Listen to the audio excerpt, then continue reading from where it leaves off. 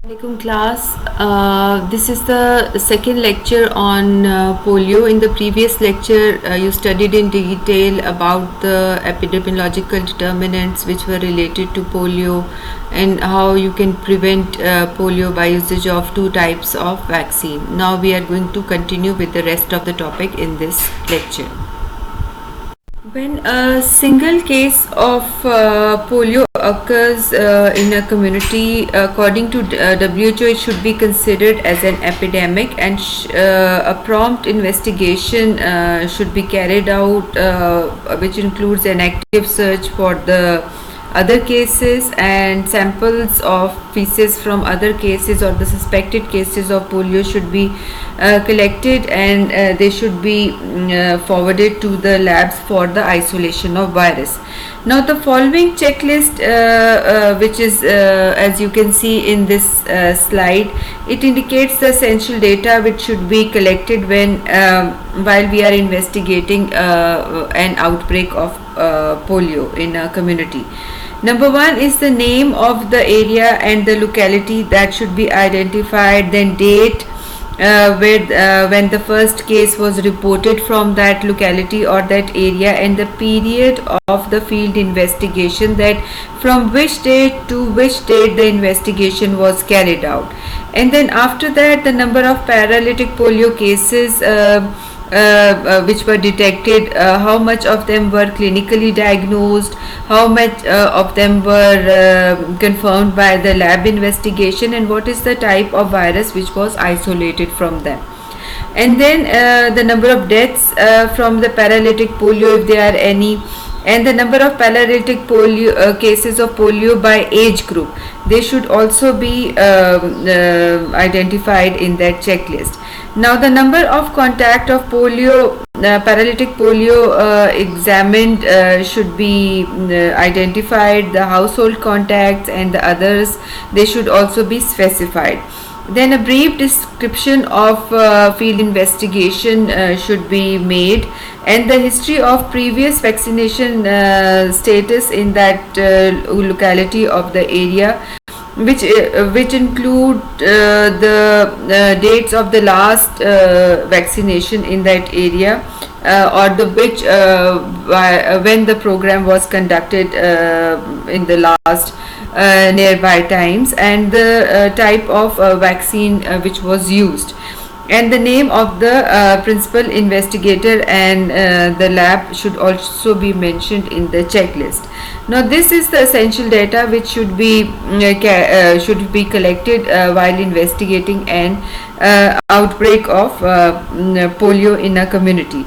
Now when within an epidemic area, when the case is identified, OPV or the oral polio vaccine should be provided to all the infants or the persons over 6 weeks of age who have not been completely immunized, or whose immune status is not yet known.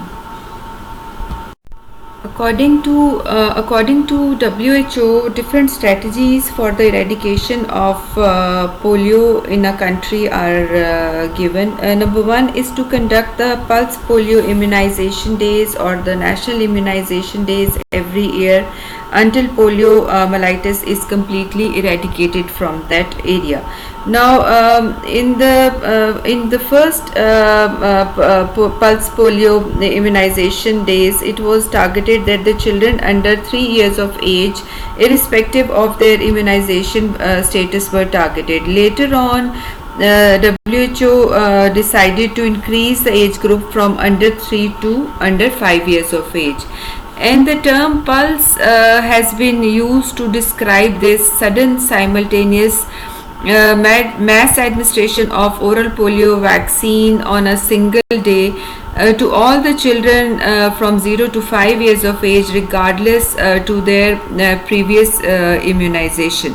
And pulse polio immunization occurs in 2 rounds, about 4 to 6 weeks apart, during the low transmission season of polio, that is between the months of November to February.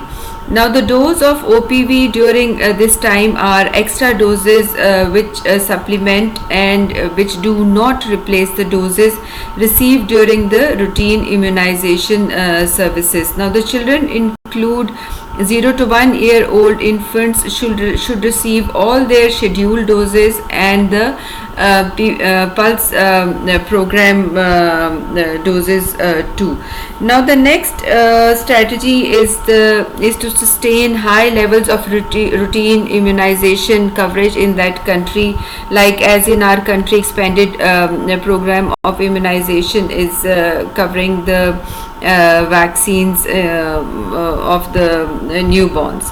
And third strategy is to monitor the oral polio vaccine coverage at all district levels and all the different levels in a country, and to improve the surveillance program which is capable of detecting these cases of AFP which is due to polio, or even those cases which are of known polio etiology.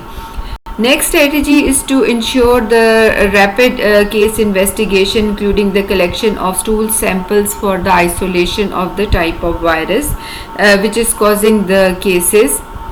Then there is arrangement of the follow-up of all the cases of AFP at 60 days to check for any residual paralysis.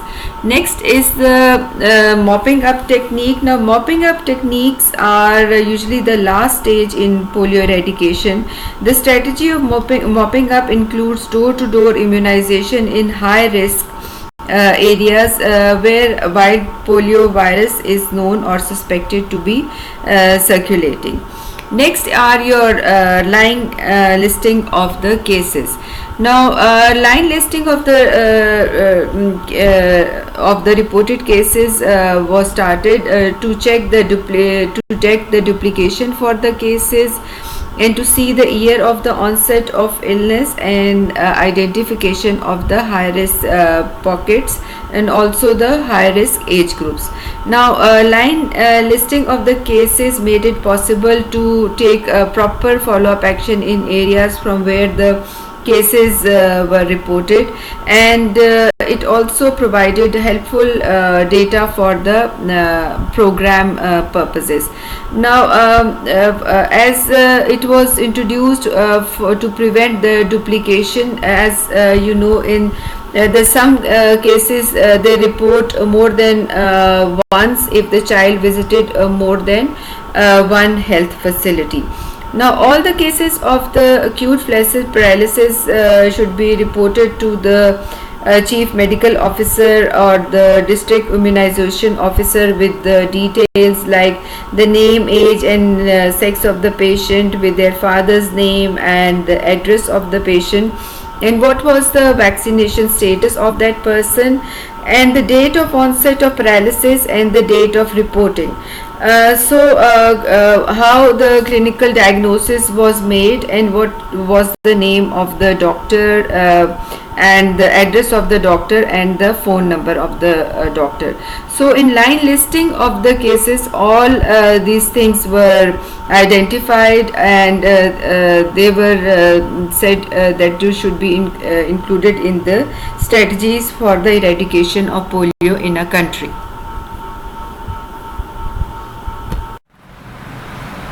Now coming to the polio eradication program of Pakistan, as we know that Pakistan is the most populous country in the Emro region, and it's a developing country as well, where at least an assessment is seen that there are above 24.7 million children under 5 years of age, and above 66.2 million children under 15 years of age, which make it critical for the eradication of polio. Now Pakistan started their expanded program of immunization in 1978, and the vaccinators lady health visitors and the lady health workers supported the program through social mobilization, and the administration of vaccines was done. Now the polio program was started, which was funded by WHO, UNICEF and Bill and Melinda Gates Foundation and Gavi in 1994. During the season when the risk of viral transmission of polio was high, and in especially in the border region of the neighboring countries like Afghanistan and Iran. So from 2000 onwards, the strategy of house to house visits with at least 7 rounds of national immunization days and targeted mop-up technique was started in Pakistan. Now this program was further modified in 2020, and now the new program is your National Emergency Action Plan for Polio Eradication in 2020. Now the goal of this program is to stop all the transmission of polio. Now Pakistan has wild polio virus type 1 and vaccine derived polio virus. The community type cases are present, and the samples from the environmental confirm linkages between transmission in Afghanistan and Pakistan. So the goal is to stop all this transmission, and the strategies were made for that, and for that it was seen that certain objectives were laid out for that, and which were that you should stop the polio virus transmission in all the remaining wild polio virus 1 reservoir through focus and intensified strategies across the international borders. Number 2 objectives was to rapidly detect, contain and eliminate all the polio virus from any newly infected areas, and the number 3 objective was to protect the overall health of the population by maintaining and increasing immunity to the polio virus by supplementary immunization activities and strengthening the essential immunization by your EPI program. So certain strategies were made. The strategies were that there should be communication for eradication, which included integrated service delivery, risk assessment and decision support by engaging the community at the level of 4 tiers at the district level. Number 1 tier was the core reservoir district. Number 2 tier included your high risk district, and number 3 tier included your vulnerable district, and number 4 tier included your low risk district. So by this program, the national immunization program is being run, and the success factors in the past were due to the Sehat Muhafiz program, the philosophy of which was to position the frontline workers, which were our trusted local health workers, through local health resources, which brought substantial benefits by addressing refusals and covering the missed children. And it's a community-based vaccination model which started in 2014, which is now the backbone of this program. And previously it was called the continuous complete community protected vaccination program. Now the second success factor was the real-time risk assessment by 2 methods, that was by post-campaign monitoring and by lot quality assurance sampling. And the third was success with the short interval additional doses, that you deliver 2 doses of OPV within 12 days in hard to access conflict areas or the highly mobile populations. So these were the success factors in the past which we have covered till now.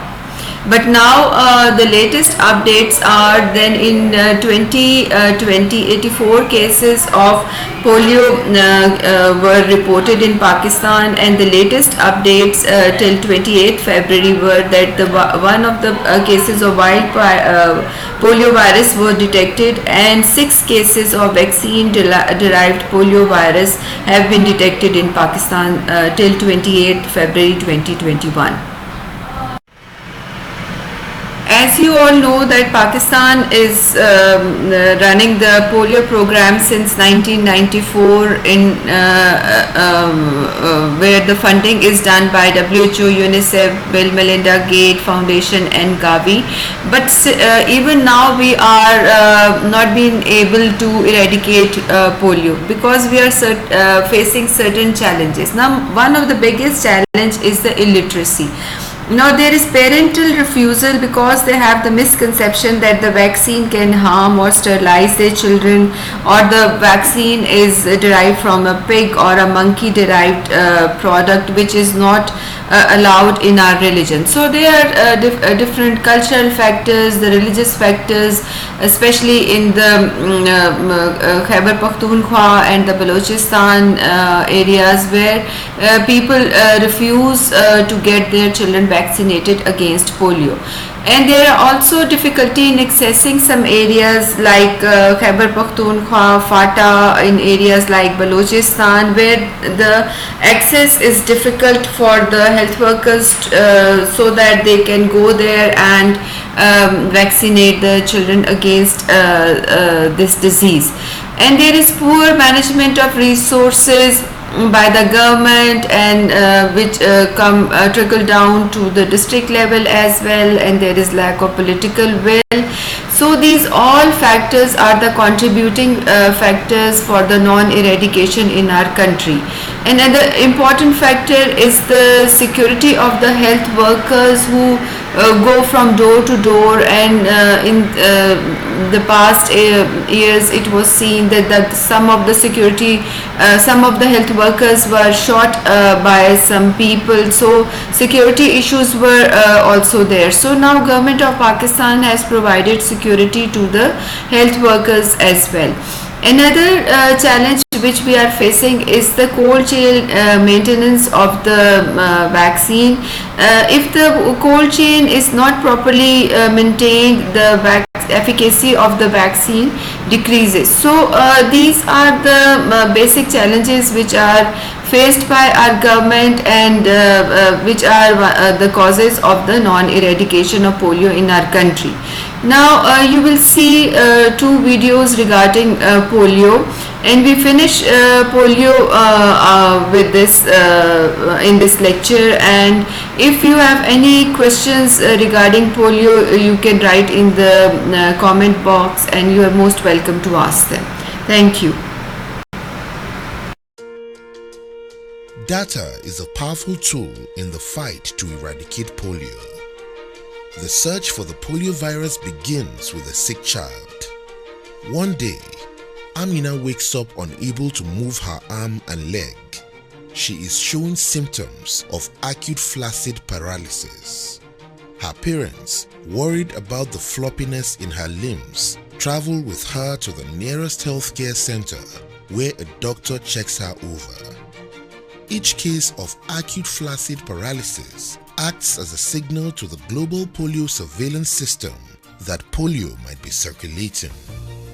Even in the most remote villages, the World Health Organization works with teachers, clerics, pharmacists, traditional healers, and community leaders to teach them how to recognize and report any child with acute flaccid paralysis to the surveillance system. But not every case of acute flaccid paralysis is caused by polio. Next, the surveillance system needs to find out whether Amina's paralysis was caused by the virus. Because polio lives in the intestine, the health worker collects 2 stool samples from Amina. They then package them safely and send them to a laboratory. 146 World Health Organization accredited laboratories around the world test around 200,000 stool samples from people with paralysis every single year. From this vigilant testing, 99.99% of stool samples come back negative for polio. But that tiny fraction of positive results tells the World Health Organization where the virus is hiding. Epidemiologists gather to analyze the data that is collected through the polio surveillance system. Where did the virus come from? Where might it go next? Who is most at risk? The answers they find to these questions help to predict the best way to stop the virus. In carefully selected places where the virus could be hiding, surveillance officers take sewage samples that also go to the laboratory for testing. This can help to find polio in the environment before it has a chance to paralyze a single child. In more than 70 countries, the World Health Organization helps to keep this system going. All countries in the world carry out surveillance, even where polio hasn't been found in years.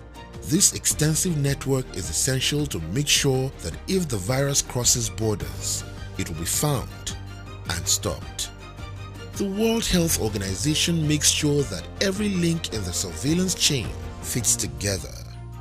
It is the information that results from a well-functioning surveillance system that lets experts know when and where vaccination campaigns are urgently needed. It is this that will enable polio to be eradicated once and for all. In this way, we can keep children like Amina protected from polio in the future. The benefits of this remarkable network stretch far beyond polio. It can also be used to identify other diseases like SARS, Ebola, Zika, measles, and yellow fever. The work of thousands of people makes the polio surveillance system the most extensive of its kind. From the most remote villages to conflict zones to huge cities, they find and stop the polio virus wherever it exists. Find out more about the global drive to eradicate polio at www.polioeradication.org.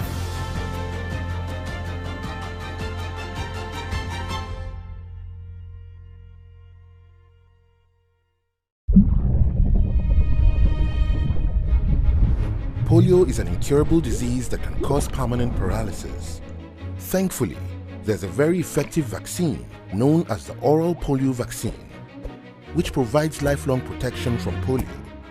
Each drop of the vaccine contains a weakened form of the polio virus. This helps the body to develop immunity so that the child is protected against polio.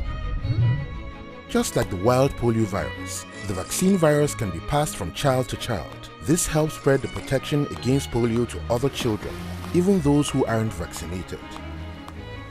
However, when a large number of children are not vaccinated and immunity levels are very low, the vaccine virus can continue to spread from one unprotected child to another for a long period of time.